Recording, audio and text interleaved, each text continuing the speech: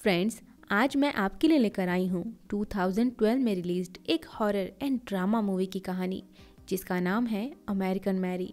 Movie की शुरुआत में हम मैरी नाम की एक मेडिकल स्टूडेंट को देखते हैं। एक दिन क्लास के दौरान जब मैरी का फ़ोन बजता है तब डॉक्टर ग्रैंट को ये बिल्कुल पसंद नहीं आता और वो क्लास में मैरी की बहुत इंसल्ट करते हैं। हालांकि क्लास के बाद मैरी उनसे माफ़ी मांगती है कि आइंदा से ऐसा नहीं होगा, लेकिन प्रोफेसर उसकी बात पर ज़्यादा ध्यान न देते हुए वहाँ से चले जाते हैं। इसके बाद हमें पता चलता है कि मैरी की फाइनेंशियल कंडीशन बिल्कुल भी अच्छी नहीं है। उसे पैसों की बहुत ज़रूरत है और वो काफ़ी समय से एक जॉब की तलाश में है। उस शाम भी घर वापस आके मैरी ऑनलाइन जॉब सर्च कर रही थी कि उसे एक स्ट्रिप क्लब में डांसर की वैकेंसी के बारे में पता चलता है। उसी रात मैरी उस क्लब में इंटरव्यू देने जाती है। अंदर जाते ही उसे क्लब का ओनर बिली मिलता है। मैरी का डॉक्यूमेंट देखने से उसे पता चलता है कि मैरी एक मेडिकल स्टूडेंट है। वो मैरी से पूछता है कि तुम इस तरह का काम क्यों करना चाहती हो, जबकि तुम्हारा प्रोफेशन तो बिल्कुल अलग है। मैरी बिना किसी हेजिटेशन के जवाब देती है कि मेरी फाइनेंशियल कंडीशन बिल्कुल अच्छी नहीं है, इसीलिए मुझे अपनी स्टडीज कंटिन्यू करने के लिए पैसों की जरूरत है। बिली को मैरी की ईमानदारी बहुत पसंद आती है। उसी समय वहाँ बिली का बॉडीगार्ड लेंस आके बिली को बोलता है कि बॉस थोड़ी गड़बड़ हो गई है, आपको जल्दी आना पड़ेगा। मैरी को वहीं रुकने को बोलकर बिली वहाँ से चला जाता है, लेकिन थोड़ी देर में बिली वापस आकर मैरी से पूछता है कि क्या तुमने कभी किसी की सर्जरी की है। जवाब में मैरी बोलती है हाँ। इसके बाद बिली मैरी को अंदर ले जाकर बोलता है कि तुम्हें एक सर्जरी करनी है। मैरी पूछती है किसकी सर्जरी। जवाब में बिली बोलता है तुम्हें $5000 मिलेंगे। मैरी समझ जाती है कि उसे और कोई सवाल नहीं पूछना चाहिए। इसके बाद अंदर जाकर मैरी देखती है कि अंदर एक आदमी पड़ा है जो बुरी तरह से जख्मी है। उसकी बॉडी से बहुत ज्यादा खून निकल रहा है और उसकी एक आंख भी फूटी हुई है। अगर इसी समय उसे ट्रीटमेंट नहीं दिया गया तो उसकी जान भी जा सकती है। मैरी बिना देरी के उसका ट्रीटमेंट करती है और बदले में बिली उसे $5000 देता है। पैसे लेकर मैरी बिना कुछ कहे वहाँ से चली जाती है, लेकिन अचानक हुए इस घटना से मैरी बुरी तरह घबरा जाती है और घबराहट से उसे वॉमिटिंग होने लगती है। उस रात मैरी डर के मारे एक बेसबॉल बैट लेकर सोती है। तभी उसे एक अननोन नंबर से बार बार कॉल आने लगती है। पहले तो मैरी कॉल रिसीव नहीं करती, लेकिन बार बार कॉल आने की वजह से वो आखिर में कॉल रिसीव कर लेती है। दूसरी तरफ से एक लड़की की आवाज़ आती है। वो बोलती है कि क्या आप डॉक्टर मैरी हैं। मैरी रॉन्ग नंबर बोलते हुए कॉल डिस्कनेक्ट कर देती है। अगले ही पल उसके घर का डोरबेल बजता है। जब मैरी दरवाज़ा खोलती है तब उसे बेट्रेस नाम की एक लड़की मिलती है जो अभी अभी फ़ोन पर मैरी से बात कर रही थी। बेट्रेस ने अपने बॉडी और फेस की कई सारी सर्जरीज करवाई हुई है, जिस वजह से वो दिखने में बहुत ही अजीब लग रही है। दरअसल बेट्रेस को कार्टून कैरेक्टर्स बहुत पसंद है, इसीलिए उसने खुद को एक कार्टून कैरेक्टर में तब्दील किया है। मैरी घबराते हुए बेसबॉल स्टिक उठा के उससे पूछती है कि तुम कौन हो और मुझसे क्या चाहती हो। बेट्रेस बोलती है प्लीज़ मेरी बात सुनो, मैंने तुम्हारे इंटरव्यू पेपर से तुम्हारा एड्रेस लिया है। जिस क्लब में तुम इंटरव्यू देने गई थी मैं उसी क्लब की एक स्ट्रिप डांसर हूँ। इसके बाद जब मैरी उससे पूछती है कि तुम मुझसे क्या चाहती हो, बेट्रेस बोलती है कि मेरी एक फ्रेंड है, उसे तुम्हारी मदद की ज़रूरत है। मैरी बोलती है तो तुम हॉस्पिटल जाओ, मैं तुम्हें पहले ही बोल चुकी हूँ कि मैं डॉक्टर नहीं हूँ। तब बेट्रेस उसे $10,000 का ऑफर देती है। ये बात सुनते ही मैरी राज़ी हो जाती है क्योंकि उसे पैसों की सख्त ज़रूरत है। अगली शाम मैरी बेट्रेस के दिए हुए एक एड्रेस पे जाती है। यहाँ बेट्रेस मैरी की मुलाकात रूबी नाम की एक लड़की से करवाती है। मैरी देखती है कि रूबी ने पहले ही अपने चेहरे की बहुत सारी सर्जरीज करवाई हुई है और अब वो अपनी बॉडी मॉडिफिकेशन करवाना चाहती है। इसके लिए मैरी मान जाती है। उसके बाद रूबी जैसे चाहती है वैसे ही मैरी उसकी बॉडी की मॉडिफिकेशन कर देती है और अपना काम खत्म करने के बाद मैरी अपने पैसे लेकर वहाँ से चली जाती है। अगले दिन ट्रेनिंग के दौरान एक सीनियर डॉक्टर मैरी को बोलते हैं कि तुम्हें एक सिंपल सा टास्क दिया जा रहा है। यहाँ पे एक आदमी मर गया है और तुम्हें उसकी फैमिली को जाकर ये न्यूज़ सुनानी है। मैरी कॉन्फिडेंटली जाकर उस फैमिली को इस बात की इन्फॉर्मेशन देती है। मैरी का कॉन्फिडेंस देखकर सीनियर डॉक्टर वॉल्ट्स उसे बोलते हैं कि तुम एक अच्छी सर्जन बनोगी। साथ ही उसे आज रात की सीनियर डॉक्टर्स की होने वाली एक मीटिंग में भी इन्वाइट करते हैं।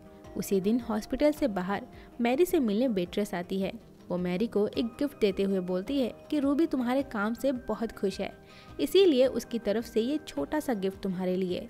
उस शाम मैरी रूबी के भिजवाए गिफ्ट को पहनकर सीनियर डॉक्टर्स की पार्टी में जाती है, जहां डॉक्टर ग्रैंट डॉक्टर वॉल्स के साथ मिलकर मैरी के ड्रिंक्स में कुछ नशीली दवा मिला देते हैं, जिसे पीते ही मैरी का सिर चकराने लगता है। उसके बाद मैरी के साथ वो होता है जो उसने कभी सपने में भी नहीं सोचा था। डॉक्टर ग्रैंट उसकी इस हालत का फायदा उठाकर उसे एक बेडरूम ले जाते हैं और फिर उसका रेप करते हैं। साथ ही उसकी कुछ वीडियोस भी बना लेते हैं। अगली सुबह होश आने पर मैरी अपने पास डॉक्टर ग्रैंट को सोता हुआ देखती है और फिर लड़खड़ाते हुए वहां से निकल जाती है। घर पहुंचकर सबसे पहले गुस्से में वो अपनी किताबों को फेंक देती है और फिर बिली के पास जाती है एक डील करने के लिए, और डील ये है कि बिली उसके लिए डॉक्टर ग्रैंट को किडनैप करके लाएगा। जल्द ही वो उसके लिए डॉक्टर ग्रैंट को किडनैप करके लाता है। बिली के जाने के बाद मैरी सबसे पहले म्यूजिक प्ले करती है और फिर डॉक्टर ग्रैंट को बोलती है कि ग्रैंट, मैंने आज कॉलेज क्विट कर दिया है। तुम्हें लगा कि मैं एक प्रोस्टिट्यूट हूँ, इसीलिए तुमने मुझे उस रात पार्टी में इनवाइट किया था, लेकिन तुम गलत हो। इसके बाद मैरी का डॉक्टर ग्रैंट के ऊपर टॉर्चर का सिलसिला शुरू होता है। सीन चेंज होती है।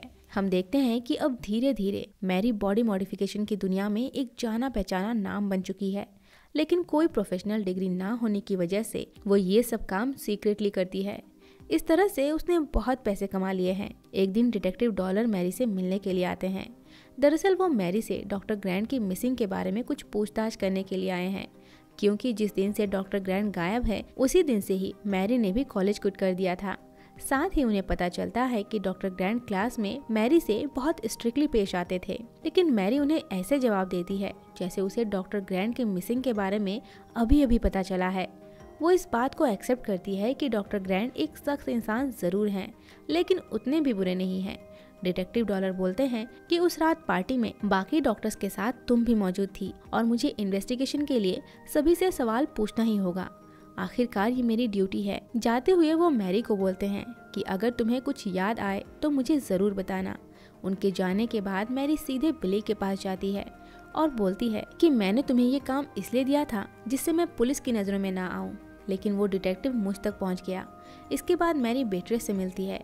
इस बार बेट्रेस मैरी को एक ऐसे क्लाइंट के पास लेकर जाती है जो कि दो जुड़वा बहनें हैं और एक दूसरे से इस कदर प्यार करती है कि वो अलग अलग बिल्कुल नहीं रहना चाहती, इसीलिए वो अपना कोई बॉडी पार्ट एक्सचेंज करवाना चाहती है। इस बार ऑपरेशन थोड़ा सा कॉम्प्लिकेटेड होने वाला था, हालांकि इसके लिए मैरी को बहुत सारे पैसे ऑफर किए जाते हैं। एक दूसरे डॉक्टर की मदद से मैरी इस काम को भी अंजाम तक पहुंचा देती है। उधर बिली, जो अब मैरी से प्यार करने लगा है, डॉक्टर वॉल्स को बहुत मारता है, जिसने डॉक्टर ग्रैंट के साथ मिलकर मैरी की ड्रिंक्स में नशीली दवाइयां मिलाई थी। दरअसल उसी ने डिटेक्टिव को मैरी के बारे में बताया था। इधर मैरी अपना काम खत्म करके डॉक्टर ग्रैंट के पास जाती है। हम देखते हैं कि मैरी ने डॉक्टर ग्रैंट के चारों हाथ पैर काट के उन्हें 2 हुक्स के सहारे लटका रखा है और वो अपने नए वेबसाइट के लिए डॉक्टर ग्रैंट की कुछ तस्वीरें क्लिक करती है, ठीक उसी तरह जिस तरह से डॉक्टर ग्रैंट ने उसकी क्लिक की थी। उसी समय एक गार्ड वहां पहुंचता है। डॉक्टर ग्रैंट की ऐसी हालत देख के वो मैरी पे हमला करता है, जिससे मैरी नीचे गिर जाती है। गार्ड डॉक्टर ग्रैंट को बचाने की कोशिश करता है, तभी मैरी उठ के गार्ड को इतना मारती है कि उसकी वहीं पे मौत हो जाती है। यहाँ से मैरी अपने ट्विंस पेशेंट को देखने जाती है। उनको डिस्चार्ज करने के बाद उसे ढेर सारे पैसे मिलते हैं। हम देखते हैं कि मैरी अब इसी फील्ड यानी बॉडी मॉडिफिकेशन की दुनिया में अब एक बड़ा नाम बन चुकी है। उसके पास अब क्लाइंट्स की कमी नहीं है और उसके लिए ये काम उसकी दोस्त बेट्रेस करती है। उसी दिन डिटेक्टिव डॉलर उससे एक और बार पूछताछ के लिए आते हैं। मैरी उनसे पूछती है कि क्या आपको डॉक्टर ग्रैंट के बारे में कुछ पता चला। डिटेक्टिव बोलते हैं, जाहिर है कि मुझे उनके बारे में कुछ भी नहीं पता चला, इसीलिए मैं तुमसे यहाँ मिलने आया हूँ। लेकिन अब परेशानी ये है कि डॉक्टर वॉल्स का भी कुछ पता नहीं है। ये खबर सुनते ही मैरी के होश उड़ जाते हैं। डिटेक्टिव आगे बोलते हैं कि हमें पता चला है कि डॉक्टर वॉल्स अपने घर पे सीनियर डॉक्टर्स के लिए सेक्स पार्टीज होस्ट करते हैं, जिसमें वो लोगों को ड्रग्स भी प्रोवाइड करवाते हैं। साथ ही वो लोग सेक्स टेप भी रिकॉर्ड करते हैं। मैरी, क्या तुम्हें इस बारे में कुछ पता है? मैरी नहीं में जवाब देती है। डिटेक्टिव बोलते हैं, लेकिन मुझे लगता है कि तुम जानती हो। मुझे लगता है कि तुम भी उन्हीं विक्टिम्स में से एक हो। मैं तुम्हारी मदद करना चाहता हूँ, लेकिन उसके लिए मुझे तुम्हारी मदद चाहिए।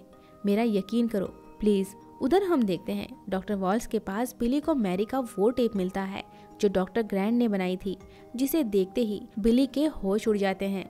वो समझ जाता है कि आखिर मैरी ने डॉक्टर ग्रैंट को किडनैप क्यों करवाया था। इधर डिटेक्टिव के जाने के बाद मैरी बिली से मिलने आती है। तब वो बिली को उसके ही बार की एक लड़की के साथ इंटीमेट होते हुए देखती है, जिससे उसे थोड़ा बुरा लगता है। यहाँ हमें पता चलता है कि अब मैरी भी बिली को पसंद करने लगी है। मैरी बिली को पूछती है कि क्या डॉक्टर वॉल्स के गायब होने में तुम्हारा हाथ है। बिली नहीं में जवाब देता है। मैरी बोलती है, क्या तुम्हें उसके पास मेरा कोई टेप मिला। इस बार भी बिली नजरें चुराते हुए नहीं में जवाब देता है, लेकिन मैरी समझ चुकी है कि बिली झूठ बोल रहा है। इसके बाद वो वॉशरूम जाती है, जहां उसे वही लड़की मिलती है जो थोड़ी देर पहले बिली के साथ इंटीमेट हो रही थी। सबसे पहले मैरी उस लड़की को बहुत मारती है और उसे अपने हथियारों से धमकाती है, और फिर बाथरूम में लगे कैमरे पर नजर पड़ते ही वो उस लड़की को छोड़ देती है। फिर बाद में उसी लड़की को बाहर ले जाकर उसे बोलती है कि अगर जिंदा रहना चाहती हो तो बिली से दूर रहो। उधर जब बिली को इस बारे में पता चलता है तब वो मैरी के इस तरह के पागलपन से थोड़ा घबराने लगता है। इवन सपने में भी वो देखता है कि मैरी उस पर हमला कर रही है। इस बार जब मैरी उससे मिलने आती है तब उसके बदले बिहेवियर से मैरी समझ जाती है कि बिली को उसके पागलपन से डर लगने लगा है। बात को बदलते हुए बिली बोलता है कि बेट्रिस ने काम छोड़ दिया है, ना तो अब वो मेरा फ़ोन उठा रही है और ना ही कोई जवाब दे रही है। ये सुनते ही मैरी थोड़ा परेशान हो जाती है। उस रात जब मैरी घर पहुंचती है तब उसके पास एक कॉल आती है, और ये कॉल किसी और की नहीं बल्कि बेट्रिस की है। वो बोलती है कि रूबी के हस्बैंड ने मुझे बहुत मारा है। वो रूबी की बॉडी मॉडिफिकेशन से बहुत नाराज है। बेट्रिस मैरी से माफ़ी मांगते हुए बोलती है कि मुझे तुम्हारा एड्रेस उसे बताना पड़ा। ठीक उसी समय पीछे से किसी ने मैरी के पेट पे स्टैब कर दिया। मैरी तुरंत पलटकर उसके गले पे इतनी ज़ोर से काट लेती है कि उस आदमी की वहीं पर मौत हो जाती है। उसे देखते ही मैरी समझ जाती है कि ये तो रूबी का ही हस्बैंड है। मैरी का भी बहुत खून बहने लगता है, लेकिन इस हालत में भी मैरी रेंगते हुए अपने सर्जरी के सामान के पास पहुंचती है और कांपते हाथों से अपने पेट पे स्टिचेस लगाती है। सीन चेंज होती है। हम मैरी के घर के बाहर पुलिस वैन देखते हैं। डिटेक्टिव डॉलर जब मैरी के घर में एंटर करते हैं तब उन्हें अपने सामने रूबी के हस्बैंड की लाश दिखाई देती है। फिर एक एल्बम में उन्हें डॉक्टर ग्रैंट के बॉडी मॉडिफिकेशन की कई सारी तस्वीरें दिखाई देती है। थोड़ा अंदर जाने पर उन्हें फर्श पर पड़ी खून से लथपथ मैरी की लाश दिखाई देती है। और इसी के साथ ही ये कहानी यहीं ख़त्म होती है।